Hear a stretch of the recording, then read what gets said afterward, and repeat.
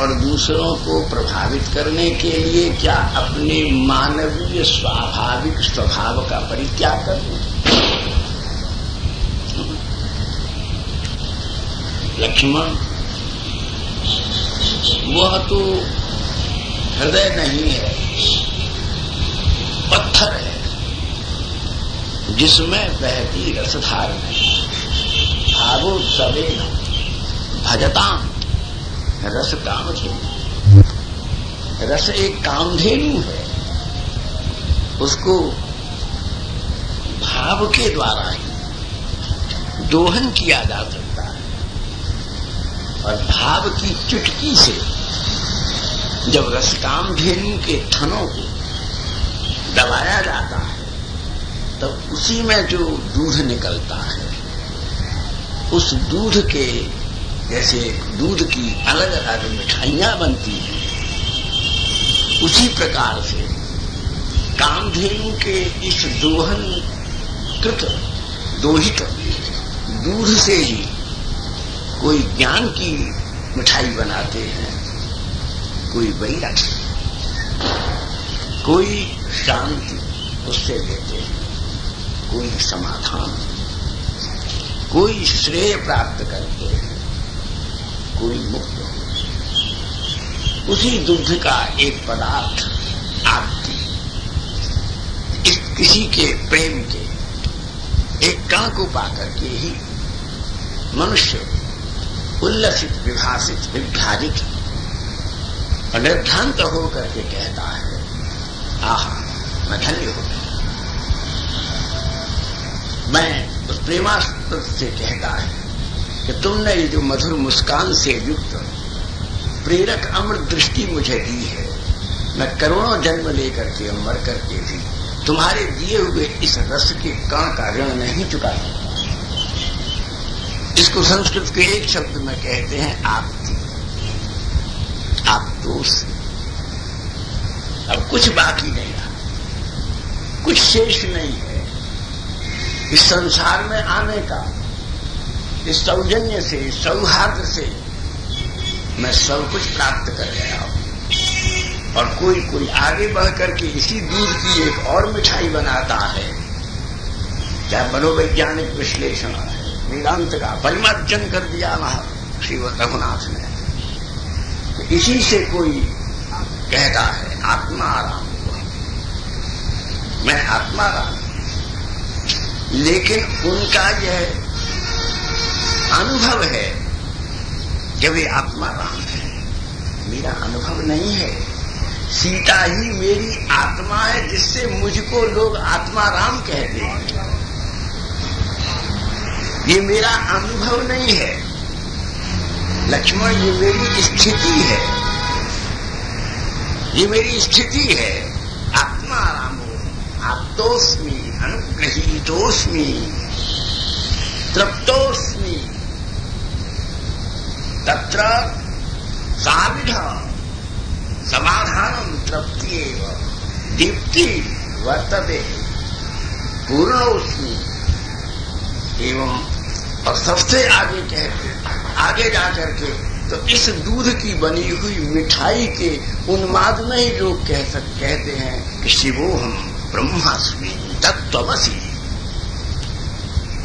इन अर्थवाक्यों की भी जो उद्भावित संगति है वो इस अनुनय से और इस समस्त आत्माओं की अविच्छिन्न जो चिन्मयी, ज्योतिर्मयी, मणिमयी, संपूर्ण प्रकृति प्रभाव व्यतीत जो संपूर्ण शुचिता और संपूर्ण आनंद परिणाम से परिप्लावित योगेश्वरों के द्वारा गहन समाधियों में आस्वादित और अनुभूत होने वाली जो साधकों की और साध्यों की जो चैतन्य चितिभूत जो सद्वृत्ति है, वो इस प्रिया का ही तो परिणाम है जिसका मैं स्मरण कर रहा हूं।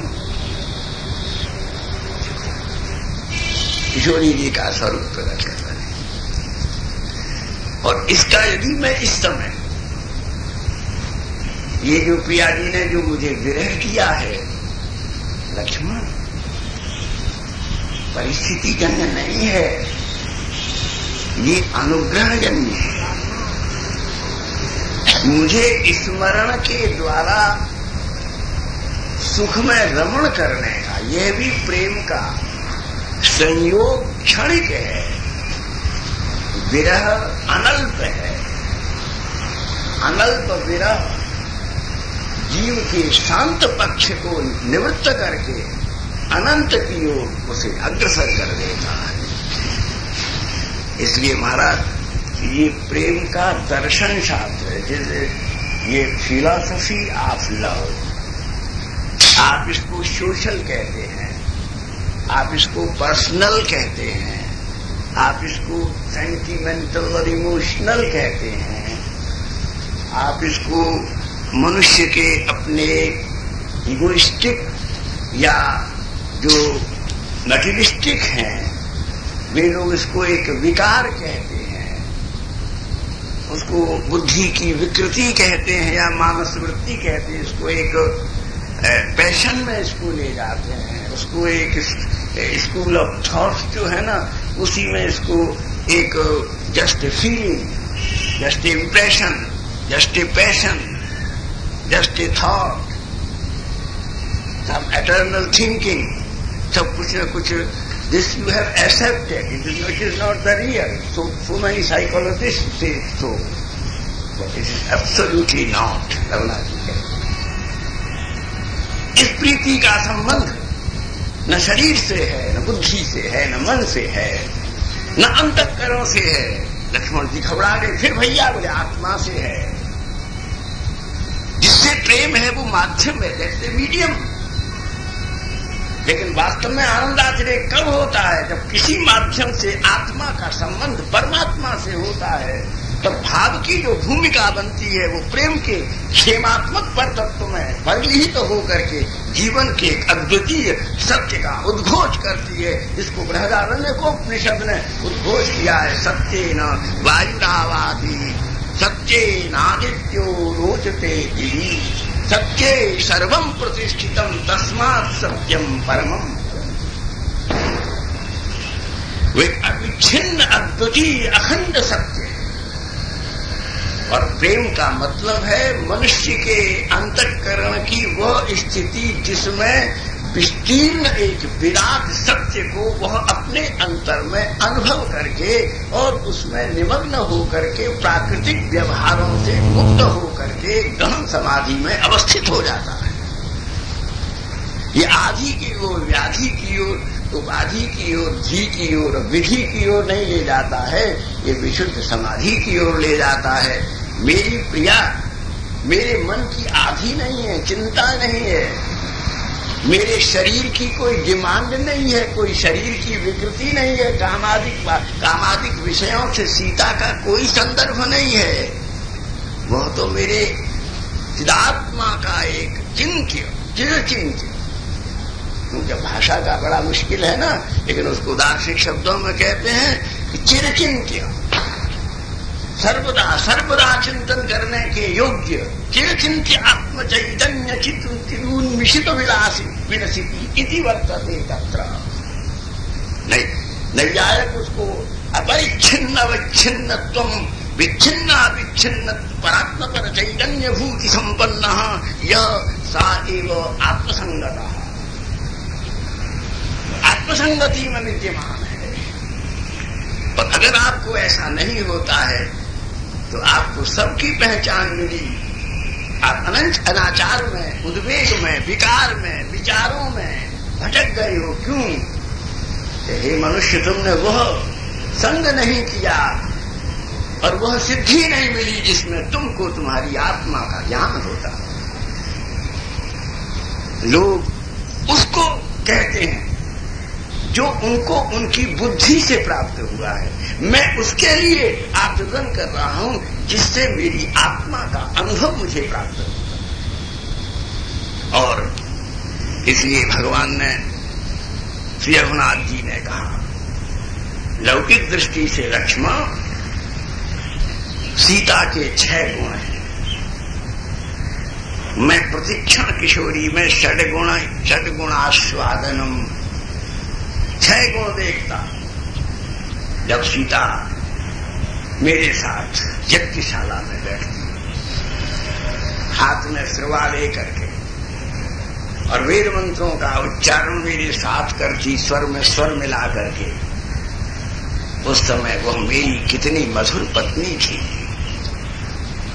पत्नी तब नहीं होती है हिंदू धर्म, सनातन धर्म के अनुसार, उपनिषद के अनुसार, वेद के समान, वेद के अनुसार।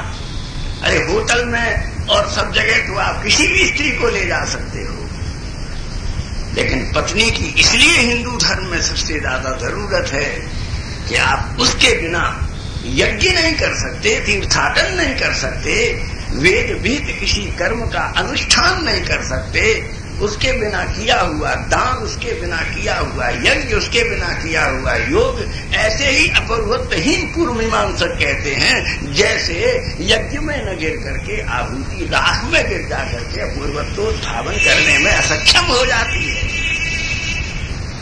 इसलिए इस देश में, इस दर्शन शास्त्र में पति पत्नी का महात्म्य बहुत विशाल और विराट है। और छोटे मोटे सुखों के लिए इन बेटियों को, बहुओं को हम बूढ़े लोग ये परामर्श दे सकते हैं, देना चाहिए और देते ही हैं। बाहरी आक्षेप विक्षेपों के आधार पर अपने परस्पर के मधुर संबंधों को मलिन मत होने। ये सब क्षुद्र हैं और सामयिक है, ये अचिंत्य है और अनंत है। जब मैं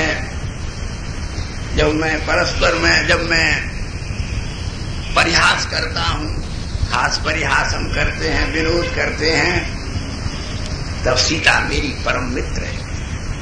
उससे बढ़कर के कौन मेरा मित्र हो सकता है? लक्ष्मण, बड़ी से बड़ी गंभीर समस्याओं पर, अंतरंगतम समस्याओं पर हम विचार करते हैं और मैं तब आश्चर्य में पड़ जाता हूं। तो मैं चिंतित होता हूं, तब सीता एकदम गंभीर होकर के जब मुझे सांत्वना देती है, धैर्य देती है, उपदेश करती है और समाधान को माखन की तरह से परिस्थितियों को पथ कर निकाल देती है, तब मैं भूल जाता हूं कि ये मेरी पत्नी है।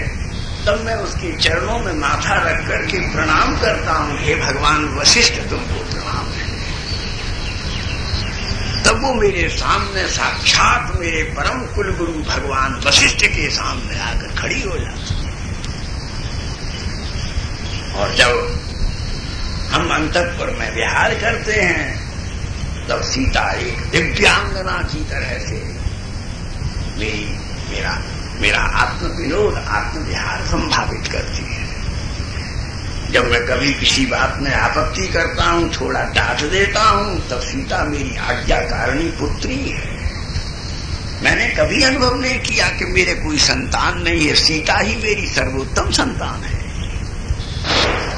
और जब वो मेरे कंधों पर अपना हाथ रख करके, नहीं ऐसा नहीं होगा, तुम्हें ये करना ही पड़ेगा, तब मैं समझता हूं कि मैं बिना बहन का भाई नहीं हूं, मेरी एक बड़ी मधुर बहन है। और इसलिए कभी कभी नहीं, आप गलत हैं, आपको धर्म के तत्व का विचार करना चाहिए।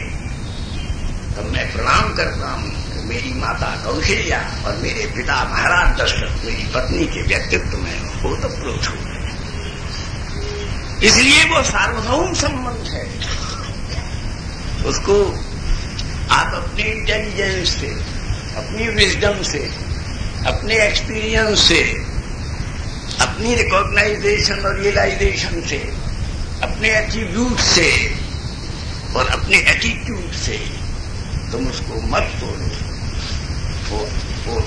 वो पार्थिव पदार्थ नहीं है, वो आंतरिक सूक्ष्म दिव्य चैतन्य परिबोधक और मुक्ति के पथ पर ले जाने वाला एक ललित आश्रय है।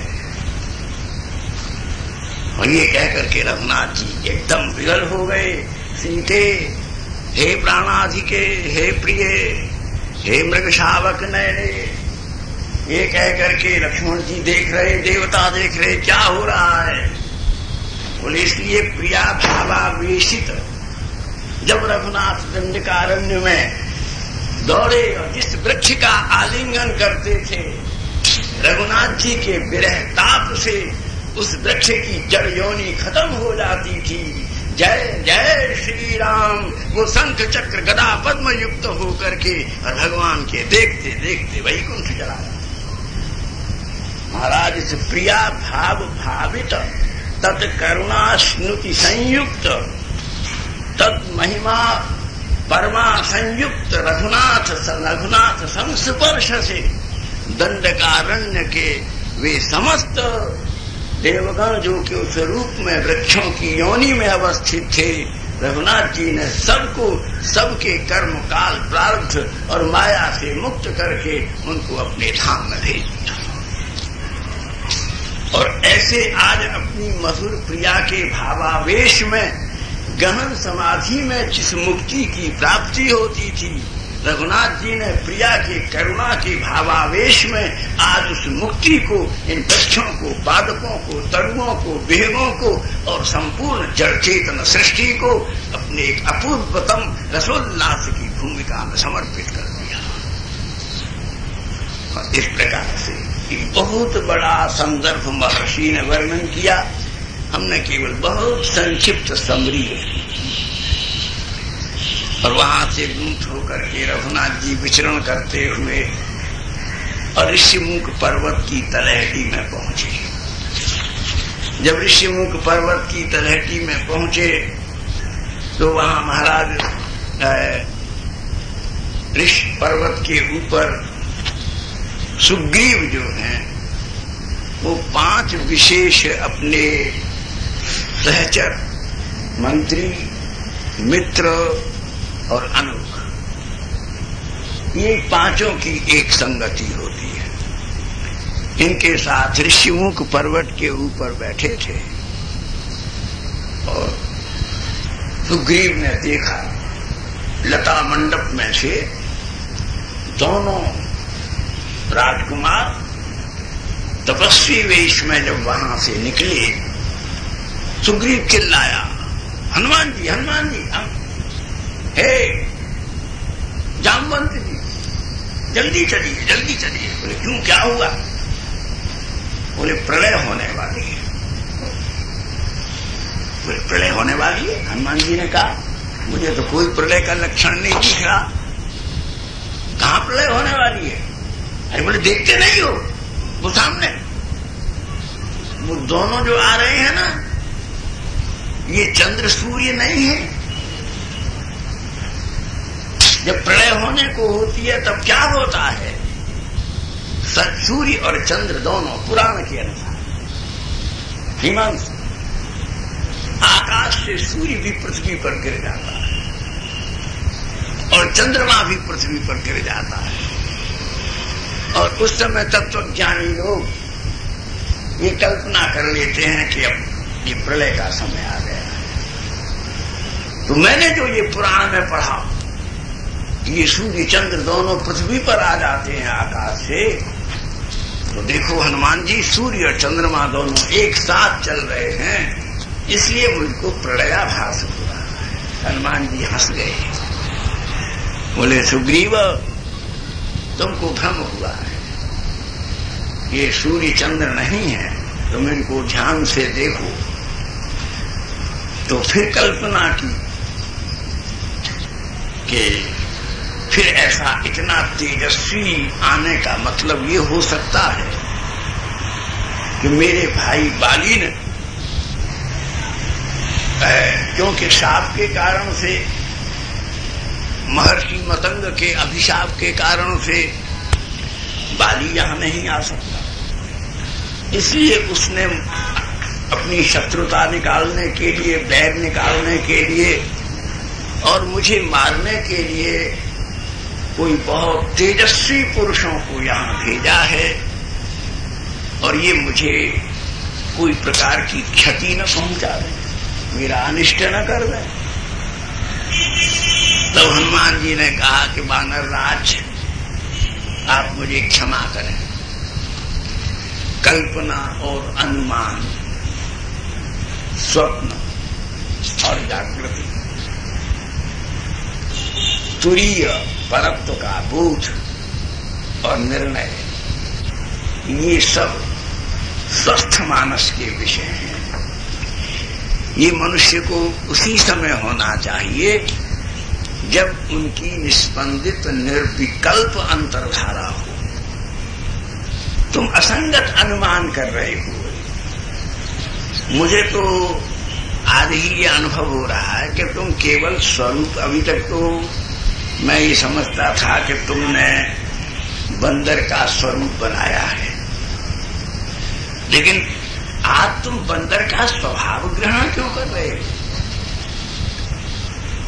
बानर किसे कहते हैं? विकल्पे नरः, अनरः, विकल्प से ये अनर हुए हैं।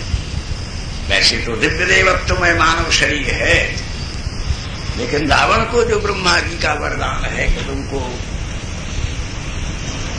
केवल बानर और रीछों को ही उसने बाध दिया था कि इनको छोड़कर मैं किसी से न मरूं, इसलिए विकल्पेन बानर स्वरूप आपने धारण किया। लेकिन क्या अब आप बानर स्वभाव भी धारण कर रहे हो? देखो, मुझे तो कहीं कोई शत्रु नहीं दिखता, न तो मेरी कल्पना ठहरती है, न मेरा अनुमान ठहरता है। प्रत्यक्ष के प्रति अनुमान का चार, मुझे तो ये कोई परम सुहृद, परम मित्र, मुझे तो ऐसा लग रहा है कि एक तुम जैसे कहते हो कि आकाश से गिरे हुए ये सूर्य और चंद्रमा हैं, मुझे तो वानरराज ऐसा लग रहा है कि तुम्हारे सत्कर्म और तुम्हारा सौभाग्य दोनों गलेबद्ध होकर के साथ साथ आ रहे हैं। मनुष्य को यही देखना चाहिए कि उसके सुकर्म और उसका सौभाग्य, दैव कृपा, ये दोनों जब एक साथ आते हैं तभी इस मनुष्य जीवन की लता पर कोई दिव्य मंगल के फल का या फूल का विकास होता है। मुझे तो ये कोई परम सुहृद, परमात्मीय लगते हैं। हम लोग माया के आवरण के कारण से समझ नहीं पा रहे, पहचान नहीं पा रहे, क्योंकि किसी की आत्मा का अनुभव अंतर के अनुभव से होता है। मुझे बहुत शांति हो रही है और मेरे मन में बड़ी भारी उत्साह की राशि उत्पन्न हो रही है कि हम लोगों के दुर्दिन समाप्त हो गए हैं और हमको हमारे उद्धारकर्ता प्राप्त हो गए। अच्छा, देखो हनुमान जी, आप भावुक हो, आप उपासक हो, आपको सेंटीमेंट शोभा दे सकते हैं, मैं आपका समर्थन नहीं कर सकता। मैं शुद्ध पॉलिटिशियन हूं, मैं शुद्ध राजनीतिज्ञ हूं। राजनीति में आदर्शवाद, विश्वास और असंभावित कल्पना राष्ट्र के लिए जहर बन जाएगी। It is a poison to the nation. इसलिए मैं तुम्हारे इस भावात्मक वृत्ति के साथ में समझौता नहीं कर सकता। मुझे उसका प्रत्यक्ष अनुभव कराओ। जाओ, आप श्री रघुनाथ जी के पास में मेरे दूत होकर के जाओ और देखो, तुम मेरी तरफ पीठ करके खड़े हो और रघुनाथ जी का जो दूसरे जो दोनों आ रहे हैं, इनका मुख मेरी ओर रहने देना।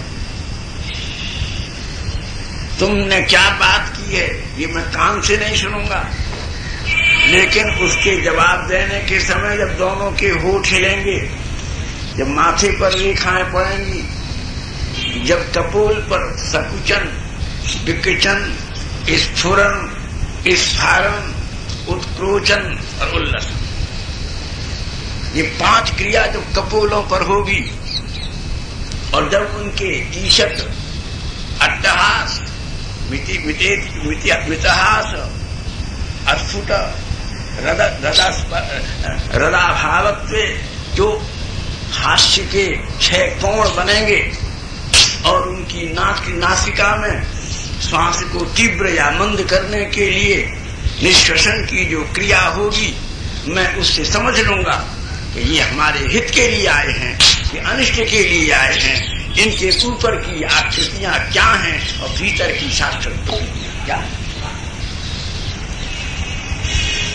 एक पॉलिटिशियन के लिए, राजनीतिज्ञ के लिए अव्यष्टिभूत और समष्टिभूत हित के अनुभव करने के लिए सापेक्ष चिंतन है। सुग्रीव ने हनुमान जी को भेजा और हनुमान जी महाराज रघुनाथ जी के पास में जाने का शास्त्रोचित एक ही मर्यादा है। भगवान के मंदिर में, बाजार में आप चलो तो माला पहन करके चलो, मुकुट पहन करके चलो, बढ़िया कपड़े पहन करके चलो, तेल फुलेल इत्र सेंट लगा करके चलो। लेकिन जब भगवान के मंदिर में दर्शन करने जाओ तब अपना माला उतार करके जाओ। देव मंदिर में माला पहन करके, देव मंदिर में मुकुट पहन करके, देव मंदिर में छत्र लगा करके जाने का सनातन धर्म में औचित्य नहीं है। वहां ऐसा वेश करूं, ऐसा परिवेश करूं जिसमें तुम्हारी दीनता प्रकट हो, तुम्हारी सात्विकता और तुम्हारी परंपरा की संसिद्ध संस्कृति का प्रबोध हो। ये मालूम पड़े कि तुम बहुत कुलीन हो, शालीन हो, अमलीन हो, लेकिन भावतः दीन हो रहे, भावदैन्य। जब महाराज सुग्रीव ने हनुमान जी को आज्ञा दी, हनुमान जी वानरेश्वर महाराज सुग्रीव को प्रणाम करके और एक बड़े सुंदर सौम्य भिक्षु का रूप बना करके और महाराज श्री रघुनाथ जी के सामने जाकर के खड़े हो गए और रघुनाथ जी के सामने उन्होंने अपनी जो मुद्रा, देखो मुद्रा का संबंध मंशा से है। मनुष्य की सुहावनी, लुभावनी, तेजस्विनी अथवा मलिन, मंद, सिकुड़ी हुई, सकुचित जो मुख की मुद्रा है ना, चाहे कैसी भी बढ़िया बढ़िया बात कहे, बहुत बड़ा आनंद है, बड़ा सुख है। बोले भैया वाणी से तो कह रहे हो बहुत सुख है, लेकिन तुम्हारी झुकी झुकी, सिमटी सिमटी और पल और आंखों के नीचे की छाया में पड़ी हुई एक काली रेखाएं तुम्हारे भीतर के दुख को, परिस्थिति को, समस्या को व्यंजित कर रही है। छिपाओ मत, गुरुजी कह सकते हैं और कोई नहीं कहता। छिपाओ मत, बताओ क्या प्रॉब्लम है, तुम्हारे भीतर क्या स्ट्रेन है, स्ट्रगल है, क्या टेंशन है, क्या ग्रीवियंसेस है जिनने तुमको मिजरीज में, सौरोज में, वरीज में, हरी में फेंक दिया है। लाओ। गुरु जी आप कैसे जानते हो? बोले मन के लेख ललाट पर लिखे हो, अंग्रेजी में न पढ़े जा सके हों, हिंदी गुरुमुखी में, संस्कृत में न पढ़े जा सके, लेकिन महान भावों की आंखों को उस भाषा का ज्ञान है जिसमें ब्रह्मा के लेख कपाल के पटल पर अंकित होते हैं। इसलिए महाराज गौ हनुमान जी बड़े प्रसन्न होता, रघुनाथ जी के आनंद में विभोर हो करके, ये तो हमारे पास समय नहीं है, नहीं तो मारुति मिलन, हनुमान जी के साथ रघुनाथ जी का प्रथम मिलन, ये तो वाल्मीकि रामायण का बड़ा भारी संदर्भ है। जब कहीं भी हनुमान जी का चरित्र होता है तो भाई 41 दिन का चरित्र है, उसकी निर्धारित अवश्य है। और यूं तो कहते रहो तो कोई अंत थोड़ा नहीं है। आप तो रघुनाथ जी के सामने जाकर के हनुमान जी ने बड़े मिष्ट भाषण से यदिच्छैव संप्रा, महाराज हनुमान जी ने जाकर कहा, प्राप्तो हम प्रेषितस्तेन सुग्रीवेण महात्मना राज्ञा वानर मुख्यानाम हनुमान नाम वानरः। जाकर के प्रणाम किया। अपार आपको ब्रह्मा जी ने किन उपकरणों से बनाया है? उस समय प्रजापति वृद्ध पितामह न होकर के या तो कुसुमाकर साहचर्य से प्रजापति पद पर भगवान कामदेव थे, अथवा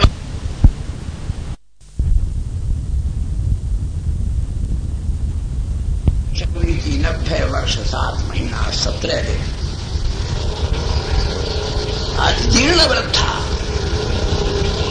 कब जवानी चली गई, कब किशोरावस्था चला गया, काल के कितने परिवर्तन हो गए, कितने आए कितने चले गए।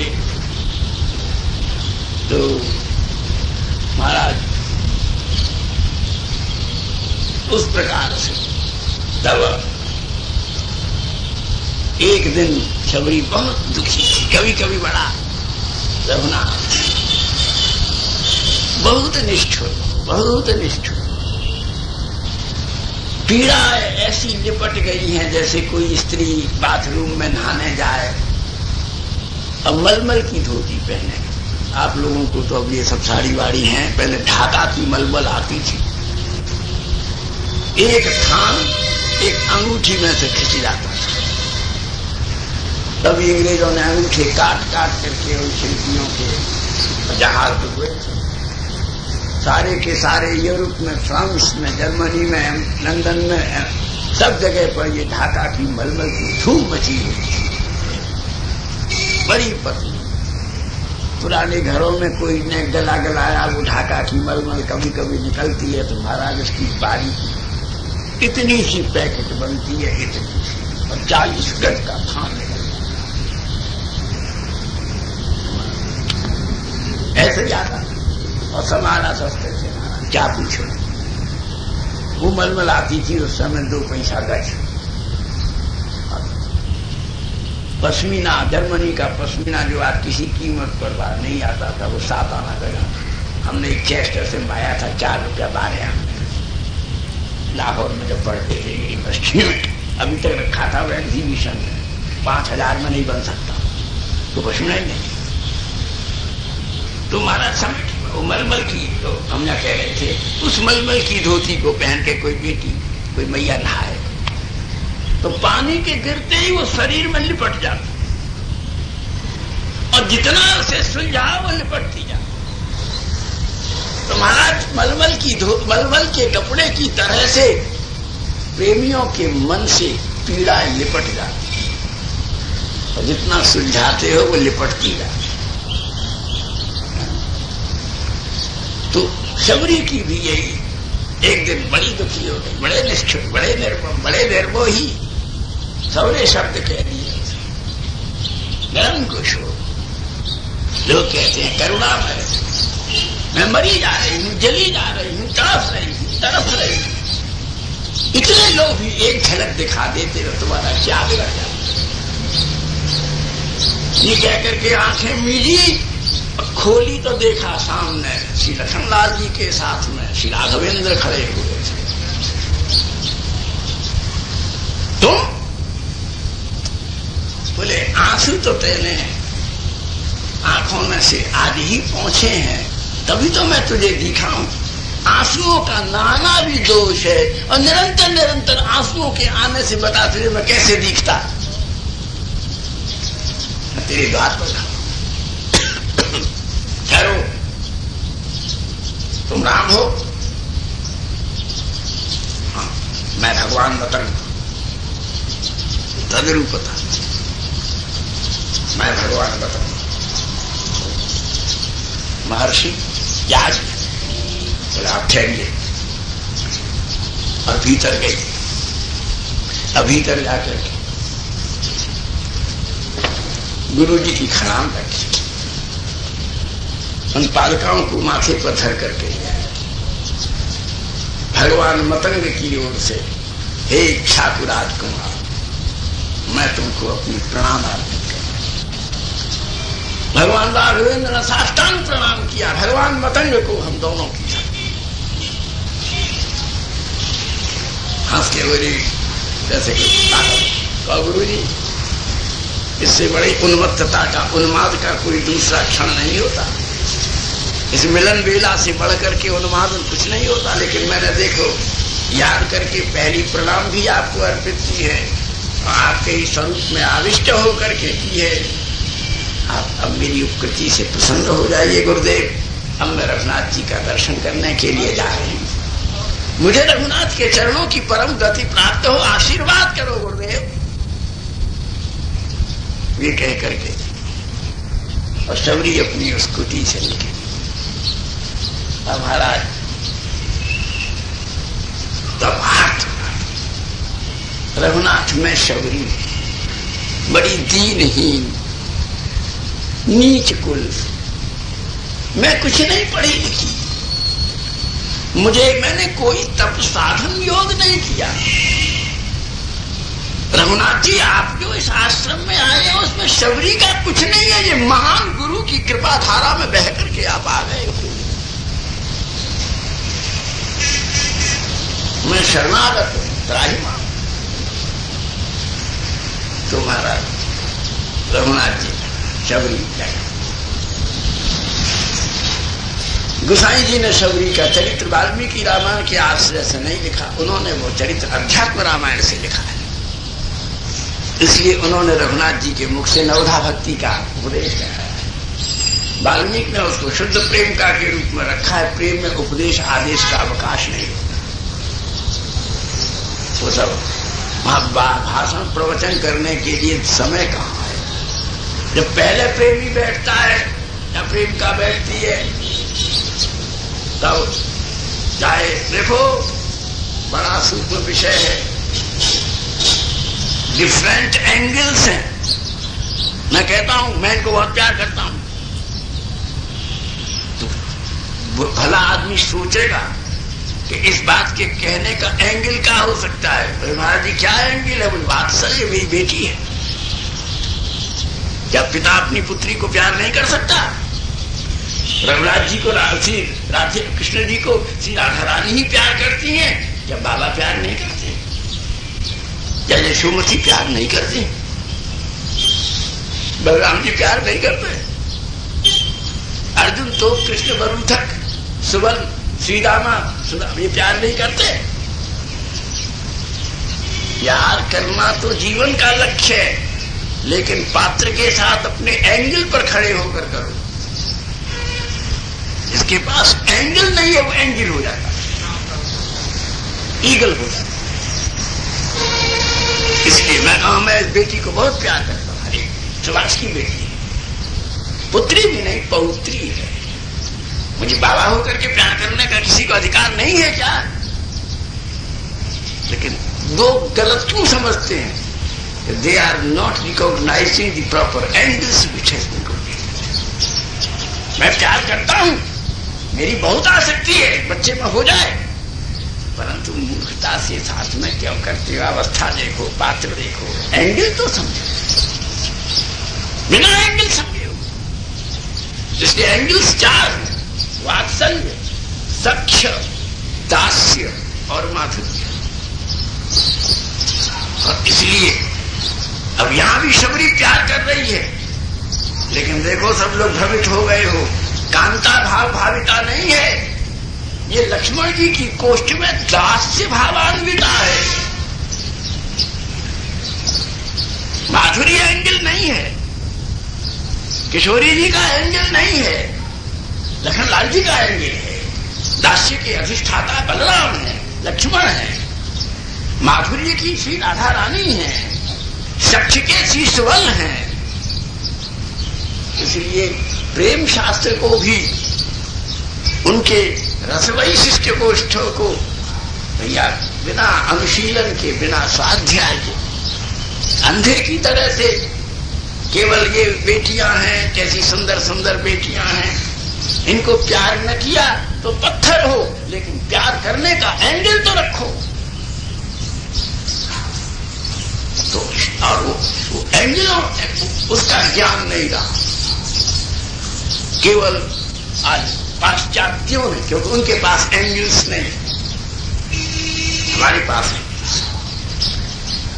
और इसलिए शबरी के प्रेम की, सीमानुवर्तनी किशोरी जी के प्रेम के समकक्षता में आ सकती है, लेकिन वो दास्य भाव की उपासिका है, यानी माधुर्य भाव की उपासिका। भीषण दास्य मिश्रित सख्य का उपासक है।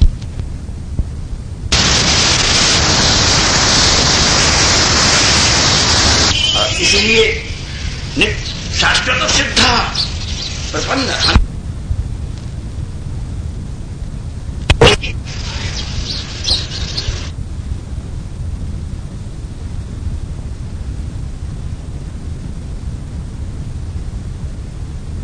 अन्य ऐसे 18 प्रकार के शरणागत हैं।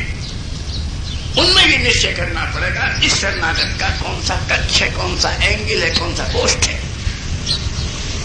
इसलिए शास्त्र का कथन बंधुओं बहुत गंभीर विवेचन तो विलक्षण। इसलिए महाराज शबरी की तब रघुनाथ जी ने कहा, सब बोली मैं भूल गई प्रेम में, तुम बहुत चल करके आए, भूखे हो, कुछ खाओगे, कुछ दे तेरे पास हो तो। लक्ष्मण जी ने कोहनी मारी, प्रतिज्ञा कर चुके हो कि मेरे सिवाय कोई से भिक्षा नहीं लोगे। महाराज बोले अरे भाई अब तो कह चुका, अच्छी बात है, तेरे ही हाथ से भिक्षा ली है, ये मैंने प्रतिज्ञा की, शबरी में हाथ से नहीं लूंगा।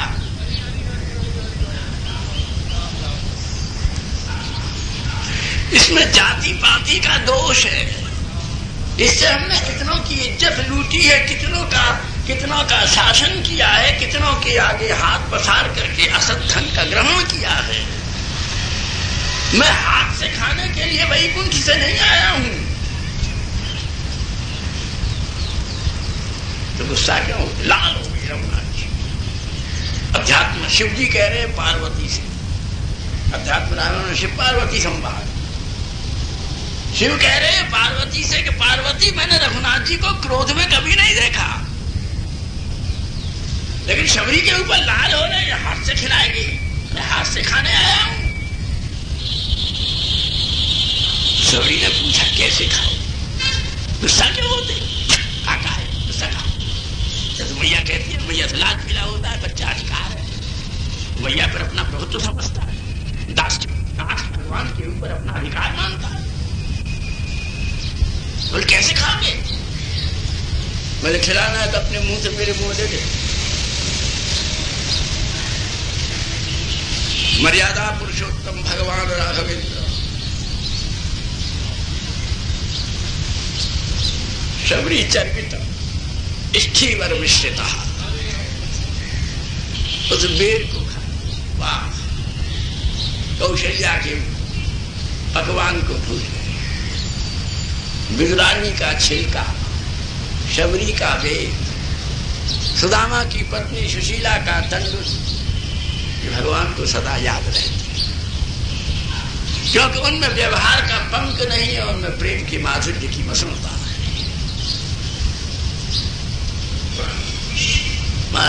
वाल्मीकि में नहीं है, अन्यत्र है। एक बेर लक्ष्मण जी को दिया, देखो कैसा मीठा बेर है। लक्ष्मण जी ने उसको फेंक दिया, शबरी का मीठा बेर। वही जाकर के द्रोणगिरी पर्वत पर संजीवनी बनकर के पैदा हुआ, जो शक्ति के समय खा करके जीवन शक्ति।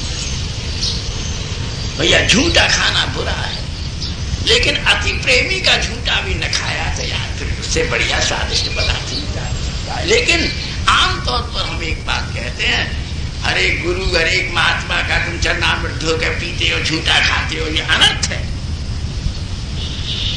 केवल बहुत बड़े विश्वास और बहुत बड़े बात में ही ऐसा होना चाहिए, नहीं तो झूठा तो सब खाओ लेकिन नारायण प्रसाद खाओ, भगवान नारायण का चरणामृत लो, भगवान नारायण के समर्पित उनका प्रसाद ही मनुष्य को अपने जीवन में संसेवन करना चाहिए। इस प्रकार भैया श्री रघुनाथ जी बड़े प्रसन्न हो गए, बोले शबरी तुझे बहुत आनंद है, मेरा भी मन तेरी कुटी से जाने को नहीं करता, लेकिन परिस्थिति बड़ी टेढ़ी है। तुम्हारी परिस्थिति? बोले किशोरी जी का कोई हरण करके स्वामी का। हाँ, तो शबरी बोली तब तो मैंने बड़ा अपराध किया, आपको इतनी देर रोक करके रखा अपने स्वार्थ में, मैंने इतनी देर में तो आपको और अन्वेषण कर, जाओ जाओ जल्दी जाओ, एक सेकंड ठहरो, बस एक सेकंड पूरा रुक जाना। और ये कह करके शबरी उठी, बोले नेत्रों से तुम्हें देखा, इन कानों से तुम्हें सुना, इन होठों से तुम्हारा नाम लिया, इन बाहुओं से तुम्हारे चरण छुए, अब इस शरीर का क्या होगा? जय श्री राम कह करके शबरी ने प्रणाम करके वही शरीर त्याग दिया। और शरीर त्याग करके और शबरी ने का भगवान रघुनाथ जी ने महाराज इतनी अंत्येष्टि अपने हाथ से करी, शबरी का भी अंतिम संस्कार सब रघुनाथ जी ने अपने हाथों से किया। और फिर मार्ग पूछते हुए ऋषिमुख पर्वत की ओर चले, जहाँ पर्वत शिखर के ऊपर हनुमान जी महाराज बैठे हुए थे। अब भैया आज और लंका कांड तक श्री हनुमान जी महाराज के चरित्र हैं, और शबरी के चरित्र को कुछ मस्ती में ज्यादा कह गए, अब चरित्र बहुत रह गए, लेकिन कोई बात नहीं, सब हनुमान जी संभालेंगे। समुद्र लंघन करते हैं, हनुमान जी की कृपा से हम भी चरित्र समुद्र लांघ लेंगे। और इस प्रकार अब संध्या के समय जैसा मदन लाल जी ने अभी अभी आपको सूचित किया कि आज का सत्य सब हनुमान जी की अनोखी कथा है भैया। देखो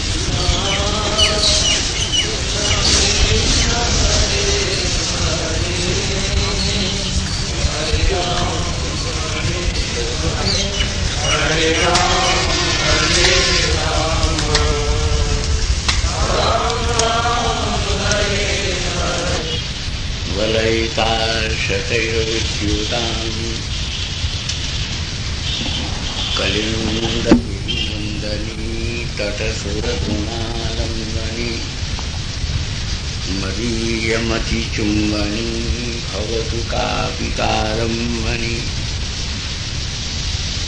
यत्पादपद्मनखचन्द्रमणिच्छटाया विस्फुजितं किमपि गोपवधूष्वदर्शी पूर्णानुरागरससागरसारमूर्तिः साराधिका मयि कदापि कृपां करोति। अनर्पितचरिं चिरात् करुणयावतीर्णः कलौ समर्पयतु मुन्नतोज्ज्वलरसां स्वभक्तिश्रियम्। हरि पुरट सुंदर ज्योति कदम्ब संदीपिका सदा हृदय कंदरे स्फुरतु शचीनंदन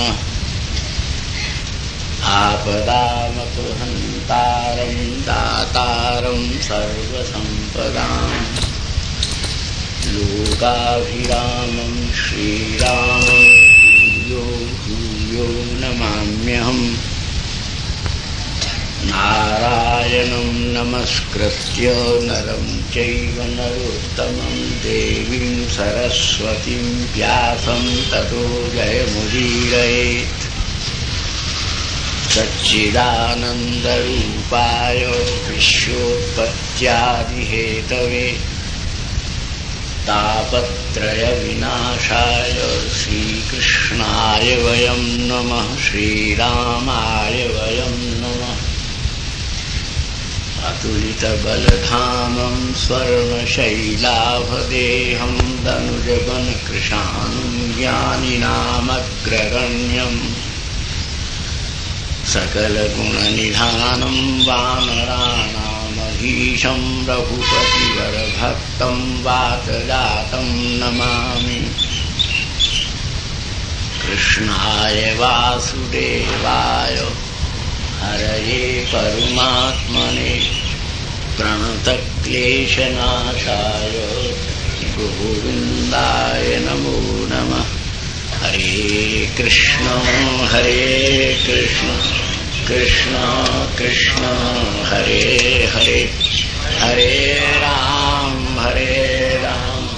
राम राम हरे हरे हरे कृष्ण कृष्ण कृष्ण हरे हरे हरे राम राम राम हरे हरे।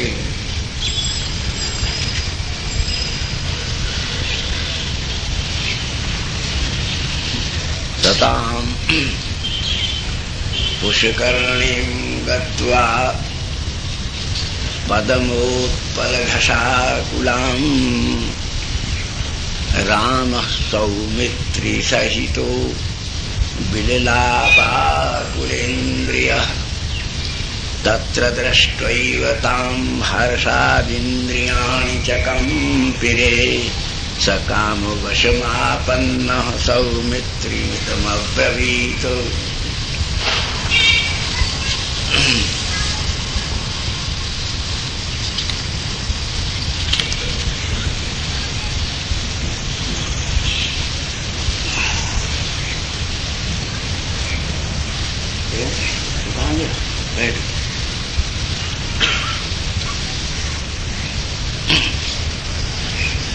एक श्रीमद् रामायण का एक एकांतिक शबरी के चरित्र का कुछ आस्वादन किया और उनके कथा का बहुत बड़ा प्रसंगों का एक अंबार पारावार शेष है, इसलिए थोड़ा व्यंगम दृष्टि से इन चरित्रों का चिंतन करते हैं। श्री रघुनाथ जी शबरी के आश्रम से और विराध के बताए हुए दिव्य वन के पथ के ऊपर अपनी प्रिया जी का मधुर स्मरण करते हुए और उद्दीपन विभाव बाहुल्य अपार प्राकृतिक शोभा है और उस प्रकृति की शोभा का निरीक्षण करते हुए उसे निहारते हुए और उनसे अपने स्मृति की अति पीड़ा सहन करते हुए ऋषिमुख पर्वत की ओर अग्रसर हुए। लक्ष्मण जी को संबोधन करके रघुनाथ जी बोले कि देखो, समय आने पर ये प्रारब्ध की परिस्थिति की कैसी विचित्र लीला है। कि एक समय में जो सब चीज अति मधुर लगती थी, सुहावनी लगती थी, अनुकूल लगती थी और रसप्रदायनी लगती थी, आज किशोरी जी के बिना वो सब कितनी प्रतिकूल हो गई हैं, विषैली हो गई हैं और मुझे कितनी पीड़ा दे रही है।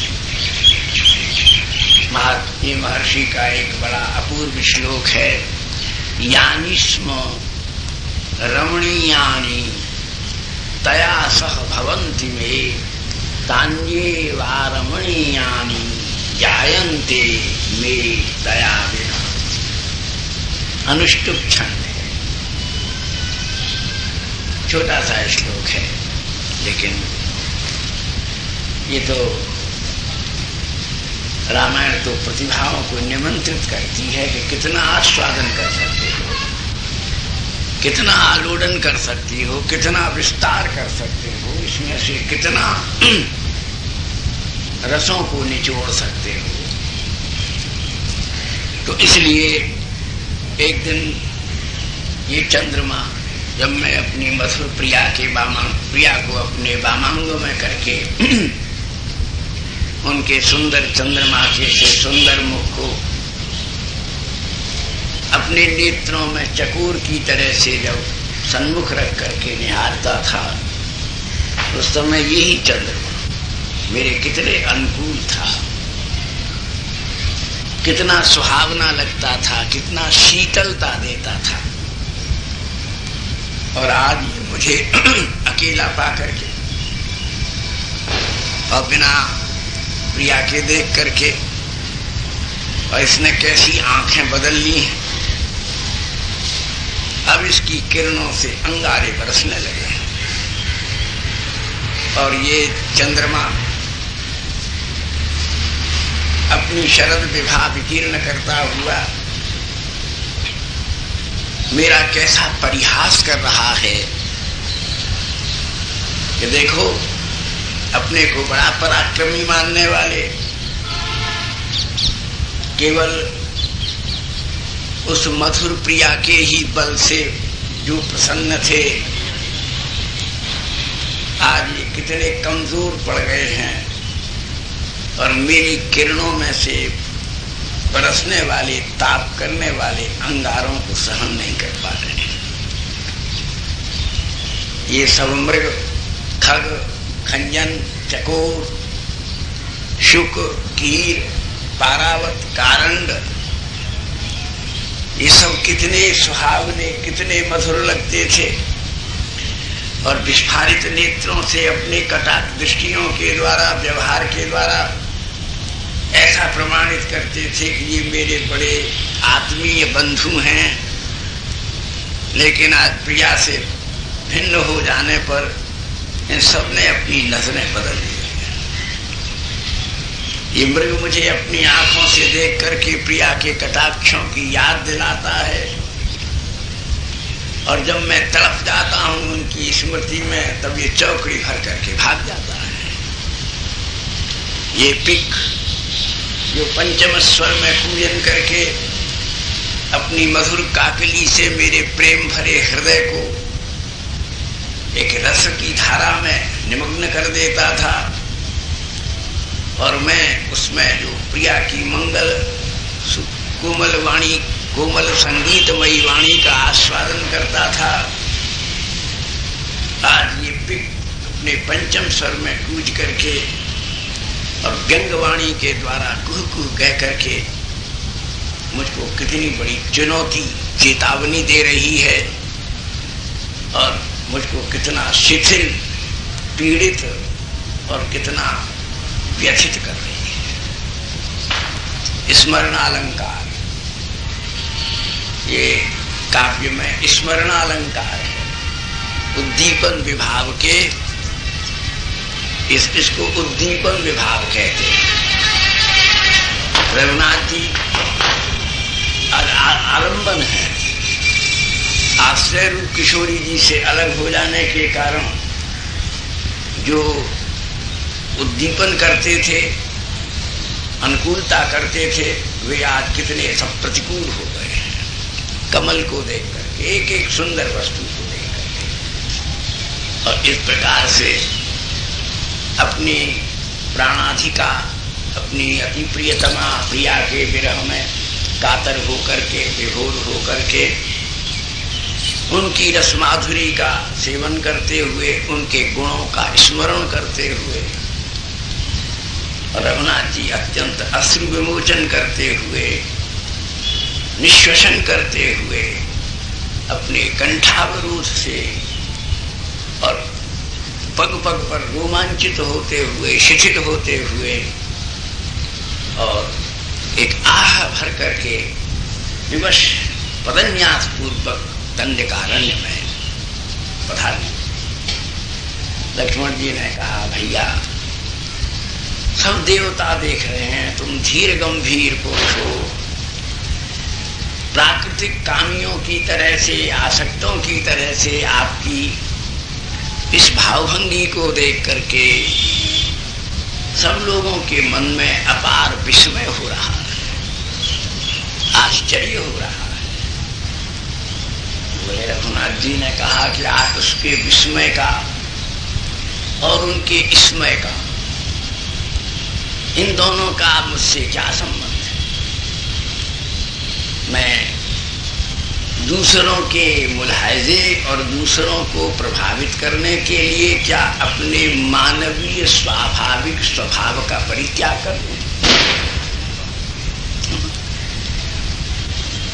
लक्ष्मण,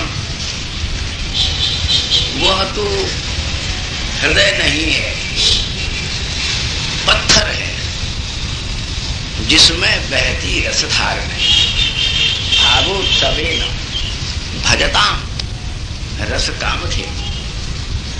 रस एक कामधेनु है, उसको भाव के द्वारा ही दोहन किया जा सकता है, और भाव की चुटकी से जब रस कामधेनु के थनों को दबाया जाता है, तब उसी में जो दूध निकलता है